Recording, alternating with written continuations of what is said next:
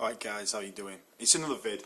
What we're looking at is a game I've been trying to do footage on for a while, and now I've nailed it. Well, I've nailed it-ish. The lighting's a lot better. Obviously I can only do videos during the day. Now, as you can see, if you notice there, the music is by a certain amazing guitarist called John Petrucci. I think it's the intro and outro for the game. Now, shall I keep you in suspense, or have you all worked it out? So this game is, I think it's a percentage because of the music and a percentage because of the presentation.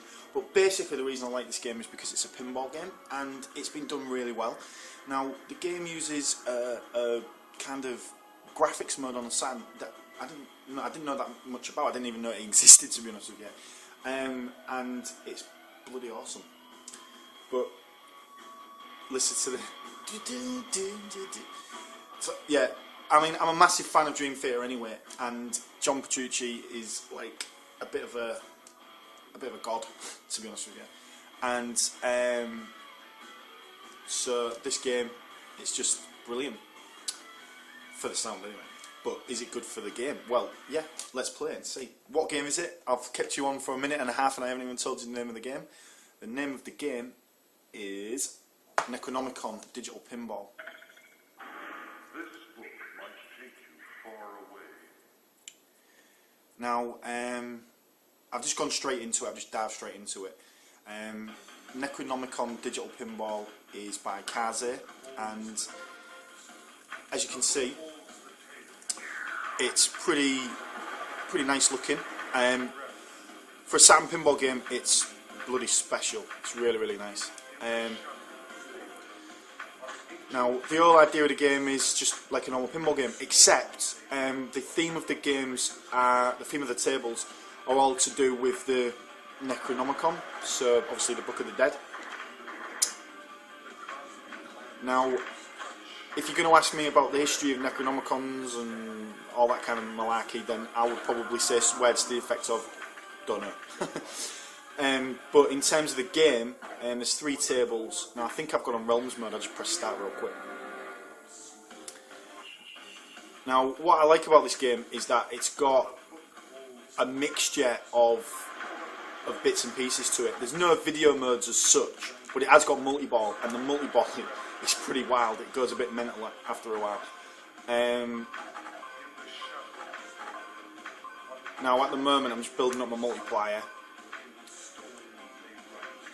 Now, the reason I've done this video is twofold. The first one is because I love the game, but the second one is because of a guy called Austin Mackett. Now, I've mentioned him in my Shadowgate vids, you know, just in the description and stuff like that, but I really wanted to sort of mention him again because he's a great games player, and he does Let's Plays, but he does them in a kind of long play fashion. He does them to completion, or near enough anyway. Whoops, near enough anyway.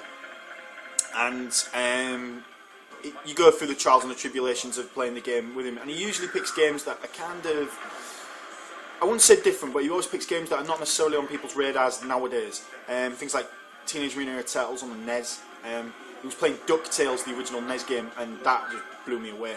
The way he played that was quite good. I would like to think I'm pretty good at the game, but I mean, put it this way, he does a much better job. He didn't get all the secrets though, which is a shame. But generally speaking, he does amazing videos, and even games that are like ridiculously hard, he tends to just breeze through. I'll never forget the Die McNamara video, the Ghosts and Ghouls video that he did. It was just unbelievable, because like, he was playing like to such a high standard, and he was getting through the game quite quickly, and he tends to play his games on the hardest difficulty anyway. And when he was going through it, he was just like, he had the style, technique and everything, right down to a fine art. I mean, I'm rubbish at that game, to be fair, and he did it fantastic. And sort of towards the end, he's like, oh, I've got to hurry up because I'm at work now. I was just like, so, you know, he ain't even concentrating on the game 100%. He was like thinking about work and stuff. Now, as you can see, the multi-ball, This is the frenetic multi-ball. This is the one with the jackpots. Now, I don't know if you can hear the music very well, but the music is unbelievable. And there's a voiceover artist as well that does like some like really amazing quotes and speeches. I don't know what they're from.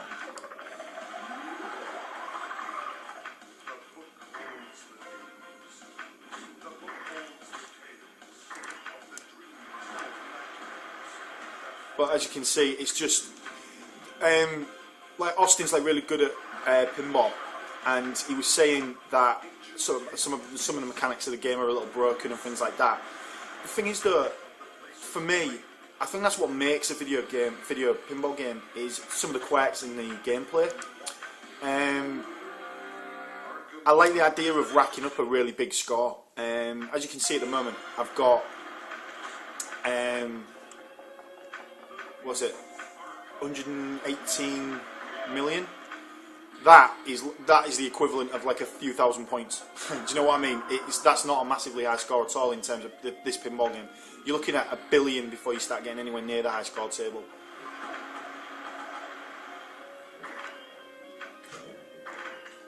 I just had to get some footage into this game.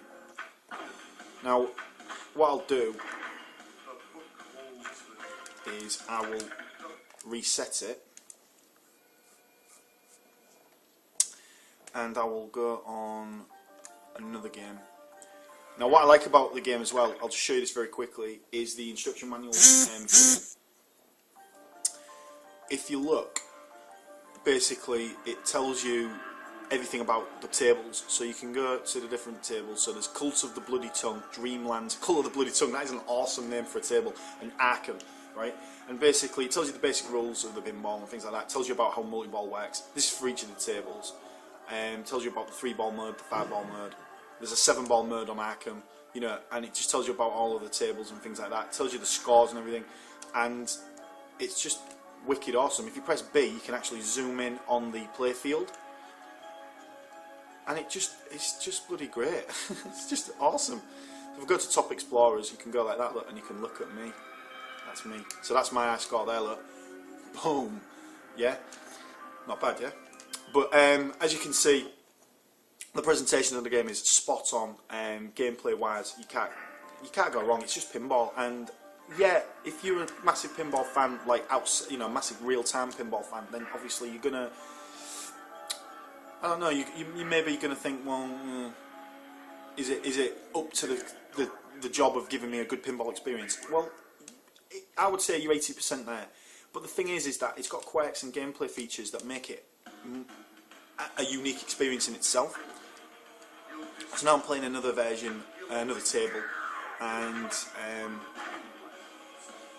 again, the presentation is spot on for me. It's basically an amazing experience. When I started playing the game, the music plays in the background, and the different tracks that come on as you get the different features of the table are just amazing.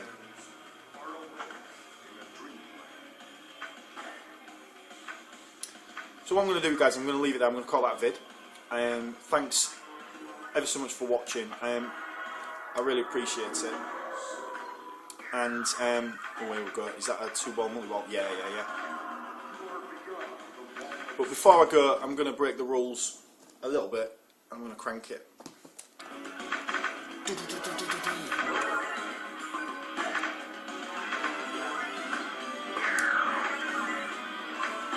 The music, if you like progressive rock, you're going to love this music. Dave Webster, if you're watching this, mate, please get this game. It is amazing, and the soundtrack, you'll just love it.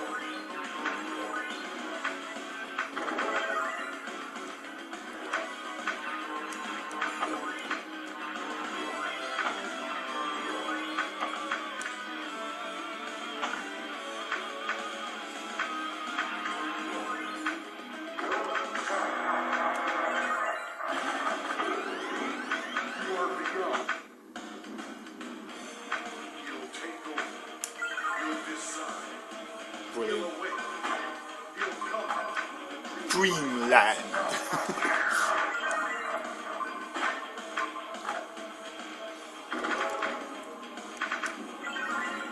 love it. Anyway, I'm getting addicted to it. I'm going to call that a day. Even when you do the intermission, in other words, when you pause the game, you can look at the instructions, you can look at your bonus multipliers, you can do all kinds of cool stuff, and it just rocks. It just absolutely rocks. But anyway, that's it. Calling that a vid. Have a good one, guys, and see you on the next.